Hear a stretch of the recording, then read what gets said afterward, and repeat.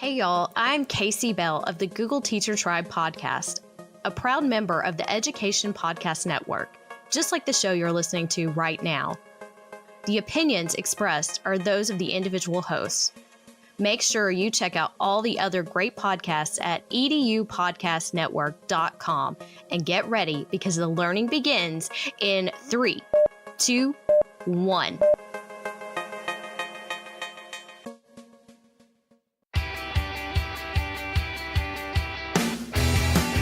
Welcome to the Instant Relevance Podcast.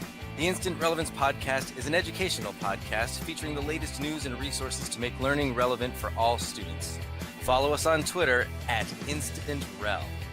I'm Denis Sheeran, author of Instant Relevance, using today's experiences to teach tomorrow's lessons, and Hacking Mathematics, 10 Problems That Need Solving. I'm a math teacher for 13 years and an administrator for 6, and I am excited to be podcasting. I am Raymond Steinmetz, co-host of the Instant Relevance Podcast. I'm a K-8 math instructional coach from Rhode Island.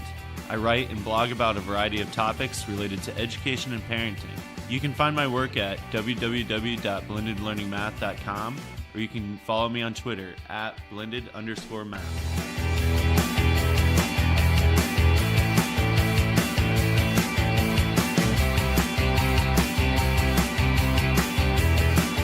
Welcome to episode 6 of the Instant Relevance Podcast, and thank you for joining us again. And I have a special treat for you today. Today's hosts, me and Ray, will be today's guests. So welcome Ray and me to the Instant Relevance Podcast, and we'd like to share a couple of things that we've been thinking and talking about and seeing all around us. And Ray has found an article that he shared with me earlier today that I find fascinating, and I'd like to give him a chance to introduce this to you before we get talking about how the world of relevance is growing and necessary. Yeah, thanks, Dennis. I found a really great article from an organization called TNTP. I believe TNTP stands for the New Teacher Project, and full disclosure, I did go through a teacher entry program from TNTP called Chicago Teaching Fellows about a decade ago. So if you want to thank anybody for the amazing educator that I've become, you can thank TNTP. That's not a shameless plug because I know basically nothing about the organization outside of the program that I went through about 10 years ago. But anyways, TNTP went out into the world of education and did some research, and they came up with a study called the opportunity myth. Now, the idea here is that we as educators and as the general public, we stand by this myth. We are giving students opportunities, and it is the students that fail because they are the ones not taking those opportunities that are being offered. Now, TNTP, through their research, has kind of flipped the script on that and said, you know what? It's not the students that are failing school. It's us, the educators, that are failing our students. And really what they did is they went out into the field and basically they just asked students. And they did a lot of high quality research behind that, of doing pretty intensive interviews, also finding creative ways to measure engagement. And they went out into the world of education and they really asked themselves, you know what? Why is it that even though students seem to be engaged in the work that teachers are giving them to do, why are students not prepared for the real world after high school and or college? So before I kind of get into the depths of this, I want to throw it back to you, Dennis. Dennis, just kind of with that opening statement, kind of that summary or that abstract, if I were to say that to you before looking at this, let me ask you this. Would you be surprised in knowing that with your history and your experience in education? You know, I'd like to say that I would be surprised, but it's exactly that truth and that situation and that revelation that sparked my interest in writing Instant Relevance in the first place. It was when I went around, I left the classroom in 2012 to become a supervisor of a math department when I moved back to New Jersey. And it was when I started visiting classrooms and seeing groups of kids disengaged again and again and again, and looking and saying, like, I don't really know what's going on here. I'm just going to do all the work. I'm just going to finish class. And that's what made me look around and say, this has to change. These kids have to have something that is better for them, connected for them, that matters to them, so that when they leave here, they won't have to just try to figure out, what did I learn in high school that I can use this time? But they'll have a culture of understanding the idea behind learning and why it's important to them. So no, long story medium. No, I wouldn't be surprised to hear that kids are overly disengaged in today's classrooms. One interesting thing I saw about this report was students are doing what they're being told most of the time. So the statistic that they have here kind of at the beginning of the report is students are working on activities related to class 88% of the time. So, that's not 100%, which you would like to have in every single classroom, but 88% is pretty high. So, the typical kind of Hollywood view into a high school of like, kids just completely scattered around the room and flipping coins in the corner, or like, drugs being sold in the bathroom, and someone smoking a cigarette out the window. It's not dangerous minds out there. Like the majority of schools you go into, like students are engaged in doing what they're told. There's a lot of work going on no matter where you go. So the problem is that they're doing what they're told. The question is it relevant? Is it something that they're doing that is not only engaging but getting them towards standards mastery? Because it says here, even though students are working on the class activities 88% of the time, only 17% of those are on benchmark to be at standards grade level mastery. So, I mean, that's a pretty big difference between, okay, 88% of the kids are doing exactly what they're supposed to be doing, but only 17% of them are reaching mastery. What about our instruction can bridge that gap? So what do you think, Dennis? What do you think about that? Well, that's funny too, because you're right. Like 88% of them are doing what they're told.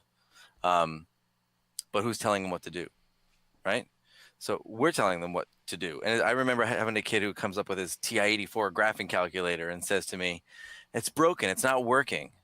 I'm like, well, it's not working. It's just not doing what you want it to, because you're not telling it to do what you want it to do, right? And like you need to figure out how to get it to do your job better. So he, in that case, is kind of the metaphor for the teacher who's looking at kids saying they're broken. They're not doing what they're supposed to do, or they're not achieving like they're supposed to achieve. But it's our input methods, if you will, that have messed it up. It's even the fact that they might be doing what they're supposed to do, but another stat in this report shows that of the 180 meetings we have with students in a year, only 47 of them are typically on assignments that are at grade level or a grade level appropriate. So there's a problem if 133 out of 180 classes teachers believe are grade level appropriate but are not. So there's a disconnect between understanding what's appropriate, and the study goes on to show how much students can improve and gain when simply put in front of grade level appropriate and engaging content. And so, yeah, you're right. They may be doing what they're doing, but ask a teacher who's got a faculty meeting after school on a Tuesday when they don't want to be there. Are they just going to get through it, go through the motions and get it over with so they can go to what they want to do? Or are they going to engage fully if they're not drawn into engaging? And there's a lot of metaphors here and crossover points that we should be considering, the way that our staff works with us and the way our students work with our teachers. But that's what I like about this study. And I think we're going to make sure that we share this with you here from the New Teacher Project. And we really do need to rethink how we're teaching and what we're teaching, because our students are just telling us it's not working. When we ask them, no, we're not interested.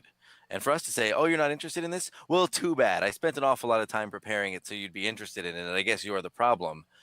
We have to open our eyes and say, okay, they're not interested. We have to open those doors. We have to find what connects with them. We have to find what matters to them. We have to find what they're passionate about, or what's just generally relevant to them. And those are the subtitles and topics inside Instant Relevance and the examples I've shared. And as I've traveled and spoken, it's what I see a lot of teachers telling me, like, I want to be able to do this. And you're telling me that I can. Like, yeah, why wouldn't you? Well, no one ever told me I was allowed to try this before. So there might be another underlying process in here that says, what's going on in school culture. The teachers are just complying and doing what they're told to do. And that's leading to student compliance instead of true multi-level engagement. So yeah, there's a lot to look at deeper in this. And I'd love to hear what our audience has to say, and they'd share with us some ideas if they read through this too. One thing that really stands out in what you just said was kind of the staff engagement piece as well, because there's some recommendations coming out of this report, and it is that the best classrooms have these 4 things, or these are the 4 things that are maybe lacking in lessons that would improve standards mastery or kind of solve this. So the 4 things are: the first, grade appropriate assignments; the second is strong instruction; the third is deep engagement; and the fourth is teachers with high expectations. Now, if you ask just about any teacher if they give grade appropriate assignments, strong instruction, deep engagement, and they have high expectations, they're definitely going to say yes. So the question is, how do we also bridge that gap in teachers' understanding of what it means to reach students? Because it seems like with everything that is given to teachers to prepare them for their students, those resources aren't relevant either. Those resources aren't grade appropriate. They aren't providing strong instructions, deep engagement, or providing high expectations for students. And it seems like teachers have been sold this bill of goods. We're told to differentiate. We're told to take the curriculum and, for those learners, scaffold it down. And we're told to meet the students where they're at, which is the way that you teach struggling students. But then again, you turn around and we can see that, the study shows that when given grade appropriate material and, given high expectations and strong instruction, that students rise to the opportunity. So it's kind of this conflict of what teachers have been told, or at least it's kind of confusing for a teacher to know that the class has to be challenged and that there's all these students that need to be challenged. And almost every room that you walk into in any school is going to have a diverse set of learners, regardless of race, regardless of, income. You're still going to have classes that, really do span the gamut as far as ability, especially when you walk into like a non-differentiated or tracked class, kind of in elementary school or in early middle school.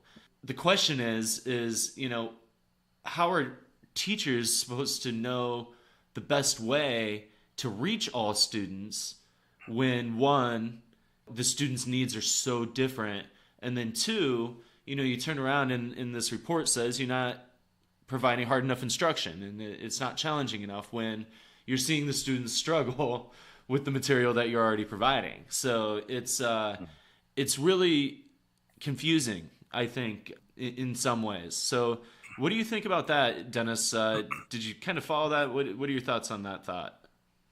Yeah, I followed you. Don't worry about that. I don't know. I got kind of lost there, we always cycle back around. It's what we do here on the Instant Relevance Podcast. Yeah. But so here's the thing. I think a lot of people in all levels, administration, state leadership, teachers in the classroom, need to have like a come to Jesus moment with their teaching. They need to redefine that relationship, because the job isn't the job it used to be.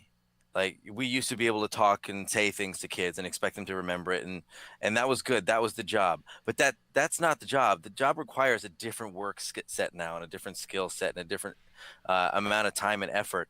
And the teachers who are struggling with this are the ones who don't recognize that the job is different, and they're not willing to learn about changing that job. So they think they're holding their students to high expectations, but what they're holding them to is high expectations for compliance, not high expectations for learning, because that teacher will happily give a student a D on a test and move to the next chapter. which is not a high expectation for learning. That's a high expectation for timing and pacing and getting through what I need you to do in my timeline. And they think they have strong instruction because they're using something that worked in the past, but they've got a kid in front of them that it's not working for. It's not strong instruction if it's not strongly instructing. And they think they have deep engagement, but they have kids sitting and falling asleep saying, well, you're just not engaging with this great idea. Well, you know what? Engagement is not a front end user skill. The person who's engaging with it is the one who needs to know whether it's engaging or not.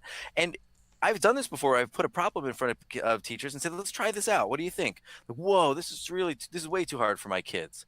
Like, that's standards level for your grade level. You're telling me it's way too hard.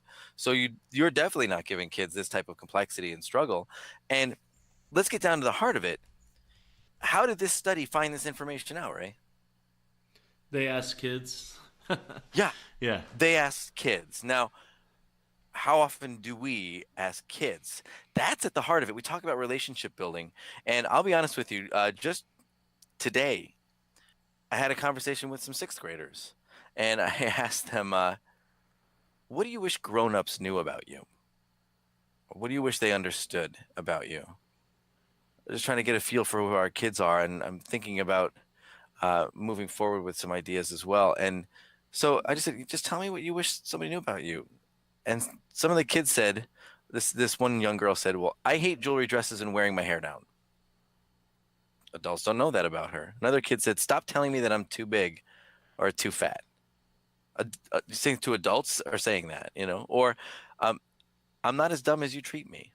Or can you just let me learn by myself without immediately pushing me more? Stop being so negative. Here's one that's kind of cute. One girl goes, I don't go to bat in softball because I'm scared of being hit by the ball. And another girl turns to her and goes, oh my gosh, I'm so scared. I wear so many pads. Like, this is what our kids are saying when I say, what do you wish a grown-up knew about you? Another kid said, can you just let me read until 2:00 in the morning? I would love to. I'm tired of homework. Or I'm an awesome kid. I don't think you know that about me. They're willing to share who they are at a moment's notice. And I say that because I don't know these kids. Just ask them the question. And they're willing to share with you about their learning. And if they're willing to tell this group and us, I'm not learning as much as I could be, but I want to. I'm not as engaged as I could be, but I want to be. I'm noticing that I can get by just doing what they say. And then the world's going to tell me that I'm good at this. But then we, the adults, turn around and say, like, well, we thought you were good at it, but I guess you weren't because you didn't get the opportunity that you thought you'd have. I think one of the keys here that this study is modeling by finding the way its information is building those relationships in multiple levels. And that, I'm on the website, I'm on the TNPT website and TNTP, sorry. They, right, their tagline is to reimagine teaching. I think they're going to need to reimagine teaching, reimagine school schedules, reimagine learning and assessment, and take it from a different place. And if we need teachers who are ready to take that from a very different place, which is why I'm glad that the New Teacher Project is in teacher development, sending new teachers out. In fact, a former student of mine where I taught in Lake Forest, she for a couple of years was an analyst for TNTP and was traveling around working with schools. And they're out there trying to make a change on the ground level. And I am passionate about that, where new teachers come from. So I think if I could say it one succinct way, we have to get to know who our kids are as students and as individuals, and we have to be willing to work harder than we've ever worked before to keep knowing who they are so that we can connect with them and get them engaged so that we already know from what the study says that most of them are going to do the work. So if they're already going to do the work for us, it's up to us to present them with something of more value. And I think that's where we need to be. So getting to know kids and just listening to them. Maybe we need to build a period into our schedule where it's just listening time. Tell a teacher what you think. I don't care if it's about school or about life or whatever, but tell somebody what you think. And we need to be prepared for that. Yeah, that would be interesting to moderate that discussion of just tell me what you think.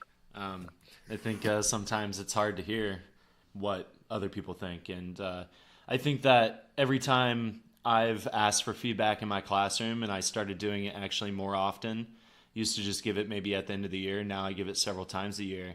And I always, am very humbled by what the students have to say. They really don't hold back. I shouldn't give it so anonymously, but it works. And but it's hard to take. And I think that and Dennis, you said this in what you just said. It's kind of what you have to tell yourself. It's called the opportunity myth. It's what you have to tell yourself so that you think that the way that you've been teaching for your entire career is relevant, and that kids do care about what you have to say, and that your curriculum does matter. It's kind of, and I'm not saying that curriculum does not matter. I'm saying that, these are the things that we're telling ourselves because, otherwise we, would try to do something about it. I find that so much of what teachers are kind of tasked to do is this idea of getting through the material. We never really step back and ask ourselves, first of all, how relevant is that material? And are we giving kids deep learning opportunities, or are we just having them cover a certain amount of material? I had the opportunity to talk to a principal recently who said, if you're talking about topic coverage in your class, that's the first sign that kids aren't learning. And I thought that was a pretty bold statement. And it's made me really think a lot about just the state of curriculum and really what students are learning in school and what is important, and which drives kind of to the home of this report. How important is the specifics of the curricula, or is it more important to create people who can problem solve and get out there in the world and think at a high level and be deeply engaged in a problem and be able to solve it? It seems like, to me, the current state of education is we are covering curricula pretty well because that's what every teacher does, and that's what I see happening every day. But the question is are we taking that extra step to make it deeper learning and deep engagement? That's really what should be at the kind of core of our curriculum, not necessarily, you have to cover A, B, C, and D. Right. And to the teachers who listen to this, who are might be struggling with some of this idea too, let's be honest about it. Like, you don't have to make everything like flashy, passionate, and connected to an exact real world experience. I think I say that enough to make it relevant and to make it appropriate. Like, if you're having a learning experience around graphing quadratics, but your kids are questioning, like, I wonder why that's happening. I wonder why this is going on. And you just let it go because you want to move on. You're missing out on an opportunity for them to dive deeper. That's where our curriculum becomes the vehicle for the deep engagement. We think too much that that engagement is going to succeed in delivering the curriculum, but the curriculum itself and the material itself should be the vehicle for the ultimate goal, which is sending out that whole student who is an adult problem solver, independent, lifelong learner, the things that we always say we want, but instead we've created this, like I said, this lifelong compliers, lifelong doers. So once we view our material and our curriculum as a tool for that, when we see the opportunity, because a kid has a question about something and is actually interested in learning deeper about this because he's just curious, go for it. Drive deeper. Let that guide actual deep engaged learning, instead of thinking that because we've covered a lot of things, we've created holistic, engaged, deep learning. So that's the thing too. You do not have to be an expert in current trends and fads and ideas to be able to make learning relevant. Those are exciting and great ways to connect with kids to continue to develop it. But what you have to be an expert at is recognizing a moment you can use to follow to create deeper engagement. Because I've had kids absolutely love learning abstract things to their core, especially in statistics class. And I love teaching statistics because they just didn't get why a situation wasn't presenting information like they expected. And they just kept digging and learning. I'm like, I don't know how to analyze this. I'm like, I'll show you how to analyze that. Like, that's where kids go farther and farther and farther. And it had nothing to do with anything that they were particularly interested in. They were just interested in figuring something out. So let's create those situations too. That's where our students will recognize, I'm excited to go there because I'm going to challenge myself. I'm not just going to do something. And then when they leave and they have expectations, those expectations can be met. They can leave thinking, I'm going to go for the career that I want. I'm going to go for the college that I want. And I have the ability to understand how to get there and how to make that work. I do want to, admit that we've kind of talked a lot about problems. There's a lot of problems kind of brought up by this report. And to be honest, I was taking a look at the recommendations and kind of going to the conclusion of the report. And it's a pretty humble report from this organization. They say, they thought that they were providing high quality instruction too. I mean, they've been training teachers for forever. And, as educators here with decades of experience, talking here, I mean, it kind of goes to the core, and it makes you wonder, wow, I really haven't been giving the opportunities to all my students that I should. Yes, it does kind of present like a lot of problems. And as far as recommendations, kind of leaves it open to kind of ask ourselves, where do we go from here? And I don't think that's an easy answer. I think that there's millions of educators out there that are working pretty hard to create relevant and deep learning and engaging lessons for their students. But us as a profession, we've really, it seems like, missed the mark somewhere. And so I don't think the answer is going to be an easy answer, but what you can do kind of like you've talked about, Dennis, in your everyday class, taking those small little steps just to dig deeper and say, you know what, the learning isn't going to stop here. And we're going to take a little bit more time to make sure that we get that deeper level of learning rather than just saying, oh, we got to move on. And hopefully, looking back at kind of some of the previous episodes of this podcast, I really hope that we've provided teachers with little things that aren't really huge and significant, huge paradigm changes or anything. I think that some of the guests that we've had on have little recommendations and things that you can kind of start trying to do, just little actions in your classroom, just methodologies to really start turning some of this around. Because one thought came to my mind while listening to some of the things you had to say, Dennis, is so much of what came out in this report is, we're having students do things because it's just the work that's been done in the past. Why do we have students take all the classes that they do in high school in a certain progression? And it's, well, we've done that for years, and that's what you and I had to pass to go to college, and that's what should be expected of the next generation. And seems like we usually look down on the new generation coming up. I think every older generation looks down on the new generation and says, these kids don't know how to work. Well, the kids are working, and they're doing what they're told, and maybe we're the ones who need to ask ourselves if we're doing things because it's the right thing to do for the students that we teach, or if we're just doing it because it's what we had to do, or it's something that's been done for forever. Yeah, it seems like if we're looking down at them saying they don't know how to work, then we're missing the fact that that's exactly what we've been good at teaching them how to do. Yeah. But as we get to the recommendations from the study, I'm just going to mention the first one, although it goes into 5 major recommendations for things to think. And it's a good overriding principle. And it's based in the same way about how we build our lessons and our units and everything, and an understanding by design, the UBD format a lot, when we think about what the end game is first and then work backwards. And so the first recommendation they make is this: ask students and families directly about their goals and their school experiences. Listen to what they share and then act on what they tell you. And if we as school leaders or even teachers are not willing to listen to a child's goal for their future and for their learning experience, and then act on what they share, then why are we there? I mean, an empty school building might seem like a fun place to be, but it's really not.